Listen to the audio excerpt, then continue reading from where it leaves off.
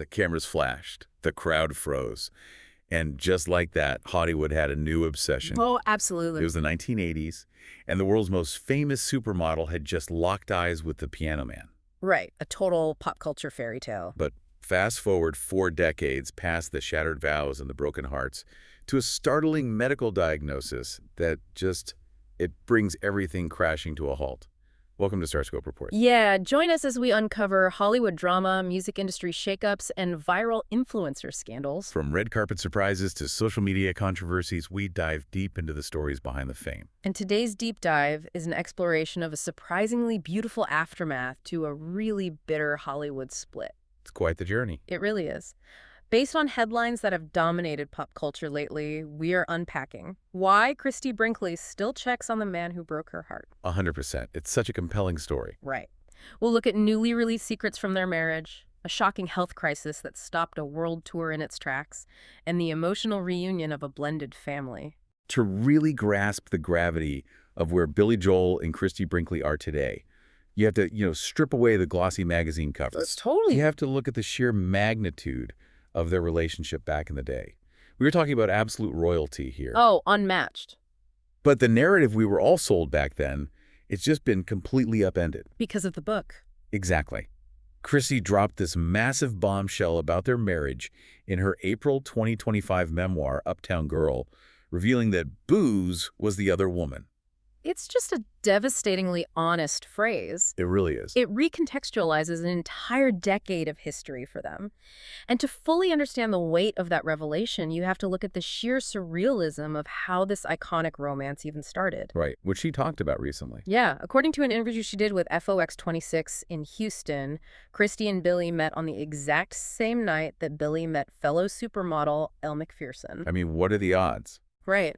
He and Elle hit it off, and they actually briefly dated. But the wild piece of music history here is that the hit song Uptown Girl wasn't originally singular. Yeah, this blew my mind. Billy was surrounded by this incredibly intimidating circle of stunning women at the time, including Christie, Elle, and Whitney Houston. Just casual. Right, just a casual Tuesday. And the song was originally drafted as Uptown Girls, plural. That is wild. That little piece of trivia always strikes me because it highlights the absolute bubble he was living in. But once Billy and Christie got serious, she became the singular Uptown Girl. The one and only. They married in 1985, had their daughter, Alexa Ray Joel, and presented this just flawless fairy tale to the public. Yet, Christie's memoir makes it painfully clear that the fairy tale was, it was an exhausting facade. Yeah. Behind closed doors, she was fighting a deeply lonely battle against an invisible third party in her marriage. She details doing everything to save it. She really tried. She did. Reading self-help books, seeing a string of doctors and psychiatrists. She was constantly trying to curate the perfect environment for him. If you've ever loved someone battling addiction, you probably recognize this exact dynamic. Oh, absolutely. There's this desperate, illogical hope that if you just love them enough, if you just make their life perfectly smooth, you can cure them. Right, but you can't. No, you can't. As Brinkley writes, his drinking was simply bigger than both of them. And the tipping point, according to Men's Journal, involved this deeply unsettling incident in the 1990s. This part is terrifying. It is. A delusional, highly intoxicated Joel ate a massive plate of pasta, totally forgot he ate it, and then aggressively blamed his bandmates for stealing his food. Reading about that pasta incident actually gave me chills. Yeah. Because it sounds absurd on the surface, right? Yeah. But when you look at the psychology, he became so aggressive that he started kicking everyone out of his own house. Just completely out of touch with reality. Exactly. Brinkley was so terrified she couldn't even think straight, and she actually fled into the night with the band. They ended up divorcing in 1994. Think of their marriage like a priceless, vintage vinyl record. Oh, that's a great way to put it. To the public, it looked perfectly glossy. But behind closed doors, there was a deep scratch, making the needle skip over and over again until the music just had to stop. But that brings up a big question, right? Like, why bring this all up now, decades later? Yeah, it's a valid question. Is it just to sell a book, or is there a deeper level of healing happening here? Well, I think it's about taking ownership of a painful narrative. Brinkley emphasizes she never wanted to leave, but for self-preservation and for their daughter, she had to walk away. She had to put Alexa first. Exactly. Yet she maintains that her life today is incredibly full of love. She's not holding on to bitterness. Which is amazing. But just 1 month after these painful secrets hit the shelves, a terrifying headline would force Christie to step up for Billy in a way nobody expected. Nobody saw it coming. And that's not even the wildest part. If you're loving these Hollywood twists, make sure you're subscribed. We've got even crazier stories ahead as we dive into what happened next. So we move from the emotional fallout of the 90s to this very sudden physical crisis. In May 2025, out of nowhere, Billy Joel suddenly cancels all his 2025 and 2026 stadium performances. Yeah, due to a rare brain fluid diagnosis. And we need to emphasize the sheer scale of what was canceled here. According to Noise 11, he was slated for a massive string of doubleheader shows across the US and UK. Huge venues. Massive. Co-headlining with legends like Sting, Rod Stewart, and Stevie Nicks.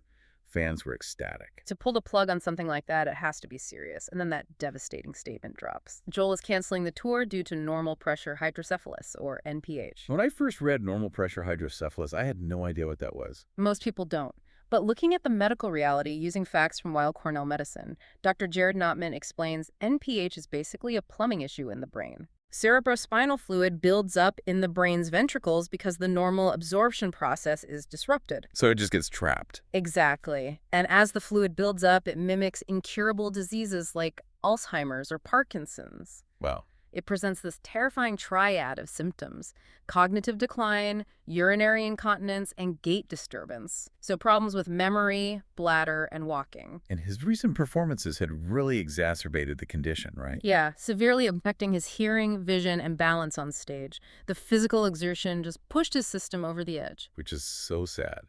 Because Joel told Bill Maher on the Club Random podcast that his balance, quote, sucks and it feels like being on a boat. Such a scary feeling. But then he suspected his past drinking habits might have contributed to this. Can a lifestyle choice from the 90s really trigger a brain fluid leak decades later? Well, clarifying the Weill Cornell science, about half of all NPH cases are idiopathic, meaning they happen for completely unknown reasons. So drawing a direct line isn't medically simple.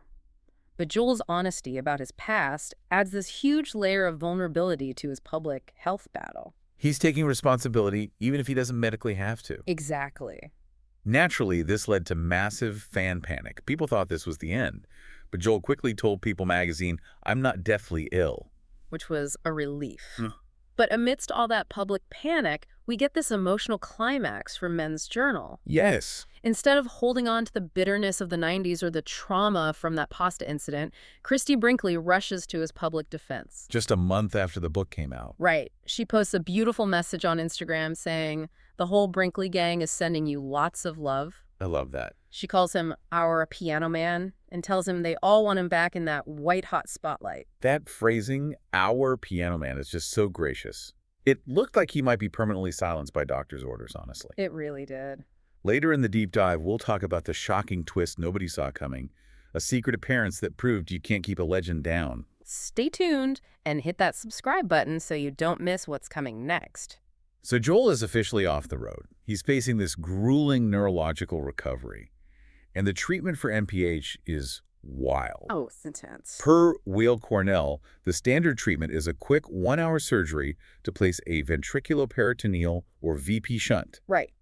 Which literally reroutes the excess brain fluid down into the abdomen. It sounds like science fiction, honestly. It totally does. They put a tube under your skin to drain the fluid into your stomach area, and recovery is very gradual. But he put in the work.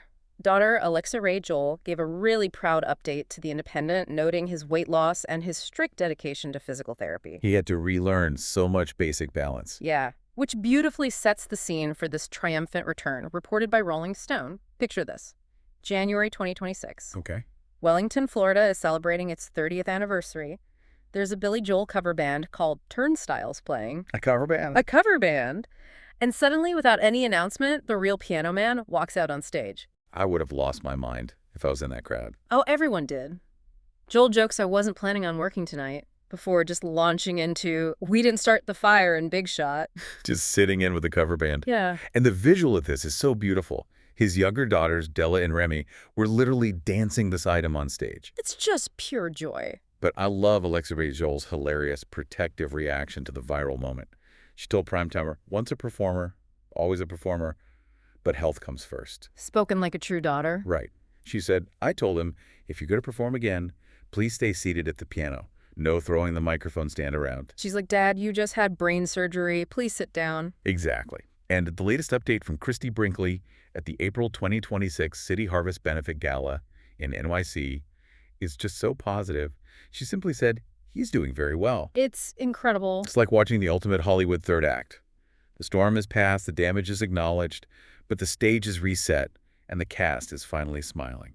And I think the real story here isn't just about a rock star overcoming a medical hurdle. No, it's bigger than that. It's about how a family fractured decades ago by addiction and fame has beautifully healed and blended to rally around their patriarch when he needed them most. It's a masterclass in forgiveness. Before we wrap up, consider this final thought. Dr. Notman from Weill Cornell mentioned that normal pressure hydrocephalus is often tragically misdiagnosed as Alzheimer's or Parkinson's. Which is so scary. Because of this, it leaves you wondering how many other aging legends or even everyday people in our own families might be suffering in silence from a completely irreversible condition simply because the true signs were missed. Wow. It makes Billy Joel's decision to be incredibly public about his diagnosis not just brave, but potentially life-saving for someone else listening. You've been listening to Starscope Report, where Jordan and Jamie uncover the stories shaping Hollywood, music, and pop culture. Thanks for tuning in, and don't forget to subscribe for more stories that keep the stars shining.